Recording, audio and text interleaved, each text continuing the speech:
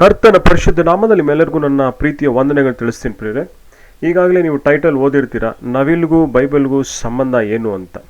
ನಮಗೆ ಗೊತ್ತಿರೋ ಪ್ರಕಾರ ನವಿಲು ನಮ್ಮ ದೇಶದ ರಾಷ್ಟ್ರ ಪಕ್ಷಿಯಾಗಿದೆ. 1963 ಅದನ್ನು ರಾಷ್ಟ್ರ ಪಕ್ಷಿಯಾಗಿ ಡಿಕ್ಲೇರ್ ಮಾಡ್ತಾರೆ. ಮಾಡಿದಾಗ ನವಿಲು ಬಹಳ ಸೌಂದರ್ಯವಾಗಿರುತ್ತೆ. ಅದಿರುವ ಸ್ಥಳದಲ್ಲಿ ಒಂದು ಸೌಂದರ್ಯವನ್ನು ತುಂಬುತ್ತೆ. ರಾಜರು ಸಹ ಅವರ ಅರಮನೆಯಲ್ಲಿ ಬೆಳೆಸ್ಕೊಳ್ತಾ ಇದ್ರು, ಕವಿಗಳು ಸಹ ಅದರ ಕುರಿತು ವರ್ಣಿಸ್ತಾ ಇದ್ರು. ಅದ್ಭುತವಾದಂಥ ಒಂದು ಪಕ್ಷಿ ಅದು. ನವಿಲಿರುವ ಸ್ಥಳದಲ್ಲಿ ಎಲ್ಲರ ನೋಟನ್ನು ಆ ಕಡೆ ಸೆಳೆಯುತ್ತೆ. ಆ ರೀತಿ ಸೆಳ್ಕೊಳ್ಳುವಂಥ ಸೌಂದರ್ಯ ದೇವರು ಅದಕ್ಕೆ ಕೊಟ್ಟಿದ್ದಾನೆ. ಹೀಗಿರುವಲ್ಲಿ ನವಿಲಿಗೂ ಬೈಬಲ್ಗೂ ಸಂಬಂಧ ಏನು ಅಂತ ನಾವು ತಿಳ್ಕೊಳ್ಳೋದೇ ಆದರೆ ನಾವು ಬೈಬಲ್ ಕಡೆಗೆ ಬರೋಣ. 2 ವೃತ್ತಾಂತ 2 Chronicles 9:21 ಈ ರೀತಿ ಹೇಳುತ್ತೆ. ಯಾಕಂದರೆ ಹೂರಾಮನ ಸೇವಕರ ಸಂಗಡ ಅರಸನ ಹಡಗುಗಳು ತಾರ್ಷೀಷ್ಗೆ ಹೋಗಿ 3 ವರ್ಷಕ್ಕೆ ಒಂದು ಸಾರಿ ಬಂಗಾರವನ್ನು, ಬೆಳ್ಳಿಯನ್ನು, ದಂತವನ್ನು, ಕೋತಿಗಳನ್ನು, ನವಿಲುಗಳನ್ನು ತಕ್ಕೊಂಡು ಬರುತ್ತಿದ್ದವು ಅಂತ ಬರೆಯಲ್ಪಟ್ಟಿದೆ. 1 Kings 10:22 ಅದೇ ರೀತಿಯಾಗಿ ಇರುತ್ತೆ. ಅರಸನಿಗೆ ತಾರ್ಷೀಷನ ಹಡಗುಗಳು ಹೀರಾಮನ ಹಡಗುಗಳು ಸಂಗಡ ಸಮುದ್ರದಲ್ಲಿದ್ದವು. 3 ವರ್ಷಕ್ಕೆ ಒಂದು ಸಾರಿ ತಾರ್ಷೀಷನ ಹಡಗುಗಳು ಬೆಳ್ಳಿ, ಬಂಗಾರವನ್ನು, ದಂತವನ್ನು, ಕೋತಿಗಳನ್ನು, ನವಿಲುಗಳನ್ನು ತಕ್ಕೊಂಡು ಬರುತ್ತಿದ್ದವು ಅಂತ ಬರೆಯಲ್ಪಟ್ಟಿದೆ.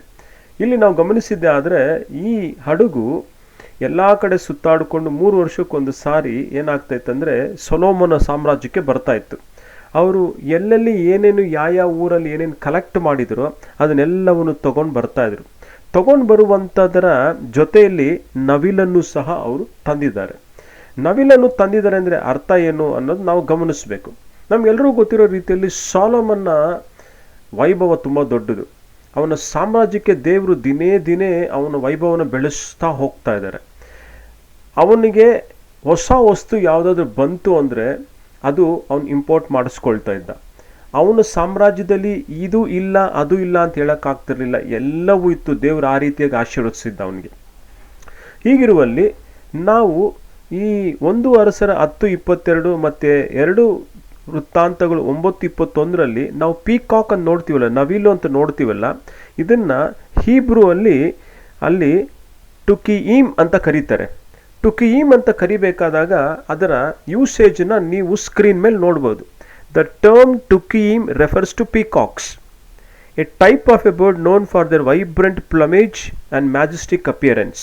ಅಂದರೆ ಅದಕ್ಕೆ ಸುಂದರವಾದಂತಿರುವಂಥ ಆ ಪುಚ್ಚಗಳು ಮತ್ತು ಅದ್ಭುತವಾಗಿ ಮ್ಯಾಜೆಸ್ಟಿಕ್ ಅಪಿಯರೆನ್ಸ್, ವೈಭವದಲ್ಲಿರುವಂಥ ಅದರ ವಿಷಯಗಳು.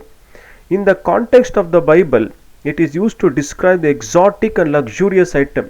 ಬೈಬಲ್ನ ಕಾಂಟೆಕ್ಸ್ಟಲ್ಲಿ ಅದು ಯಾವ ರೀತಿ ವರ್ಣಿಸಲ್ಪಟ್ಟಿದೆ ಅಂದರೆ ಎಕ್ಸಾಟಿಕ್ ಅಂದರೆ ವಿಲಕ್ಷಣವಾದದ್ದು.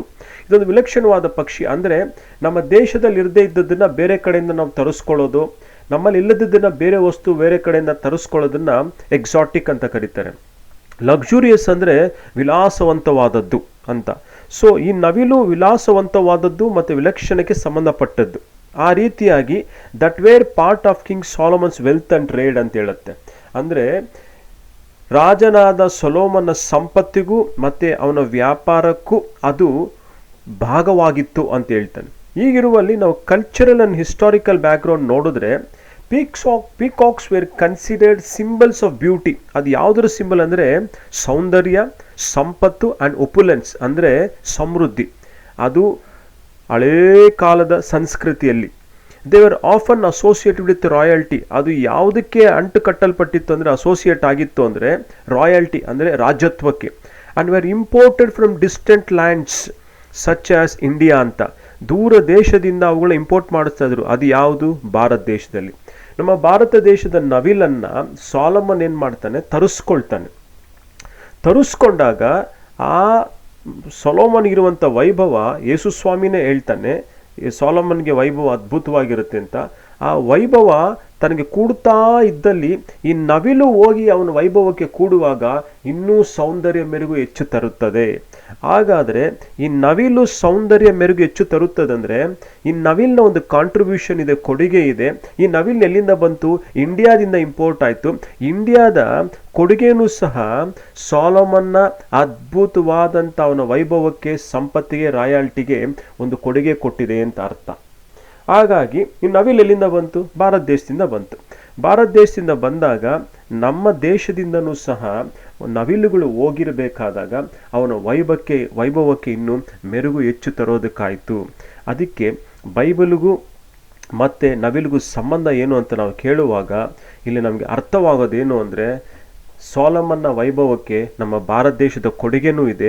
ಸೊಲೊಮನ್ನ ವೈಭವಕ್ಕೆ ಇನ್ನೂ ಹೆಚ್ಚು ಮೆರುಗು ತರೋದಕ್ಕೆ ನವಿಲುಗಳು ಕೂಡಿದಾಗ ಅಲ್ಲೂ ಅದರ ಕೊಡುಗೆ ಇದೆ ಅಂತ. ಅದಕ್ಕೋಸ್ಕರ ಅದೊಂದು ಚಿಕ್ಕ ಮಾಹಿತಿಗೋಸ್ಕರ ನವಿಲಿಗೂ ಬೈಬಲ್ಗೂ ಸಂಬಂಧ ಏನು ಅನ್ನೋದನ್ನು ನಾನು ತಂದೆ. ನೆಕ್ಸ್ಟ್ ವಿಡಿಯೋದೊಟ್ಟಿಗೆ ಮತ್ತೊಂದು ನಾನು ನಿಮ್ಮ ಮುಂದೆ ಬರ್ತೇನೆ. ಕರ್ತ ನಮ್ಮೆಲ್ಲರನ್ನು ಆಶೀರ್ವದಿಸಲಿ. Thank you.